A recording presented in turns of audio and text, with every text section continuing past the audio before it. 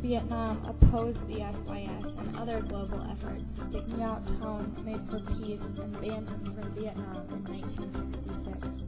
The next year, Dr. Martin Luther King Jr. nominated Thich Nhat Hanh for the 1967 Nobel Peace Prize, and in 1969, the Tay led a Buddhist delegation to the Paris peace talks.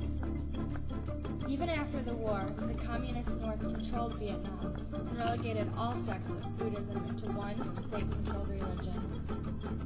All resistors were put under pagoda arrest, so Thich Nhat was unable to return home for over 30 years. After not being allowed to return to Vietnam, he established a small community of Buddhists that he called Sweet Potato. In the 1970s, the Tay organized help for those trying to escape political oppression in Vietnam. From 1976 through 1977, he led efforts to help rescue Vietnamese boat people in the Gulf of Siam, but was forced to stop because of the hostility of the governments of Thailand and Singapore.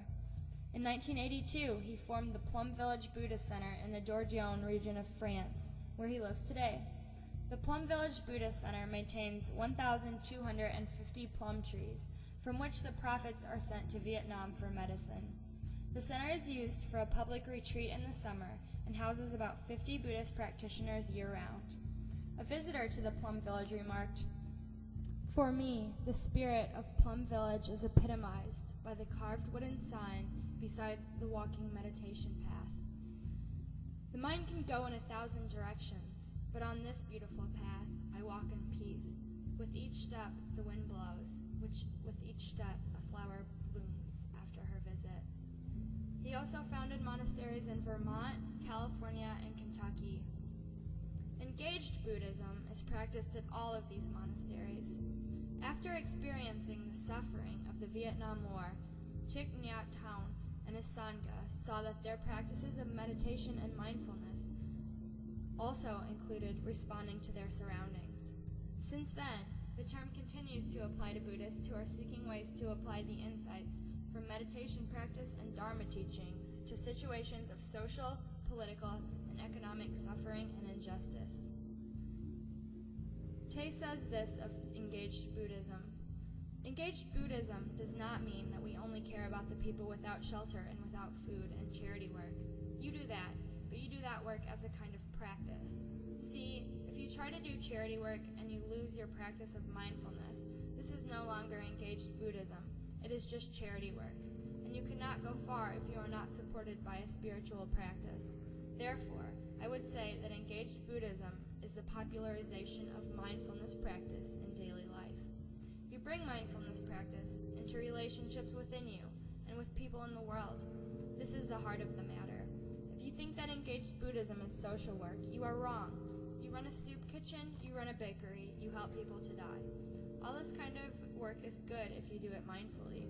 There are all forms of the practice of mindfulness, but if you lose yourself in your charity and social work, I cannot call it engaged Buddhism. From Cultivating the Flower of Nonviolence, an interview with Thich Nhat Hanh by Pierre Marchand. The Order of Interbeing, or Chiep Huyen Order, is a direct result of engaged Buddhism and was founded in 1996. Sister Kan Chong, a disciple of Tay, says this of its origins. This order was created by the Tay in order to bring Buddhism directly into the arena of social concerns during a time when the war was escalating and the teachings of the Buddha were most sorely needed. The development to represent the Buddhist principles of impermanence and non-self, the interbeing reveals the interconnectedness of everything. The order is made up of the fourfold Sangha, or monks, nuns, laymen, and women. The order is guided by 14 precepts. The 14 precepts are guidelines that advocate awareness and align with Buddhist teachings.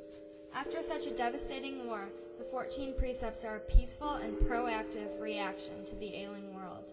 They abdicate peace, awareness, and actions that will help to ease the suffering of the world. An example of how these teachings can be applied throughout time and space is found in an interview with Thich Nhat Hanh shortly after the September 11th attacks. He suggests remaining calm and cultivating understanding before responding to such a situation in violence. When we react out of fear and hatred, we do not yet have a deep understanding of the situation. Our action will only be a very quick and superficial way of responding to the situation, and not much true benefit and healing will occur.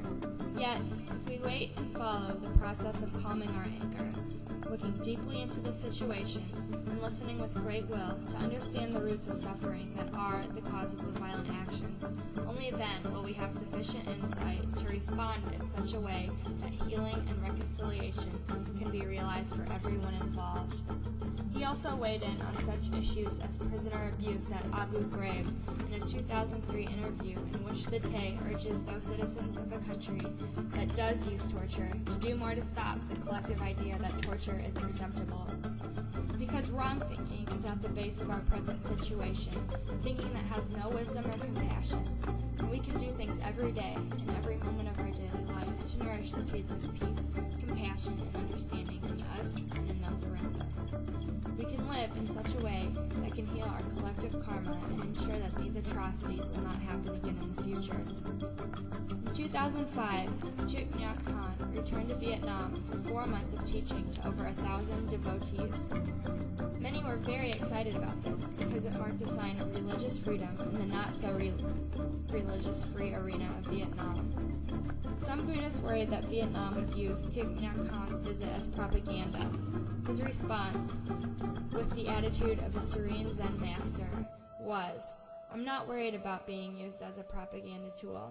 That may be possible," he allows, "but my thinking is not conditioned by these things." His goal, he says, is to allay government concerns that independent Buddhism is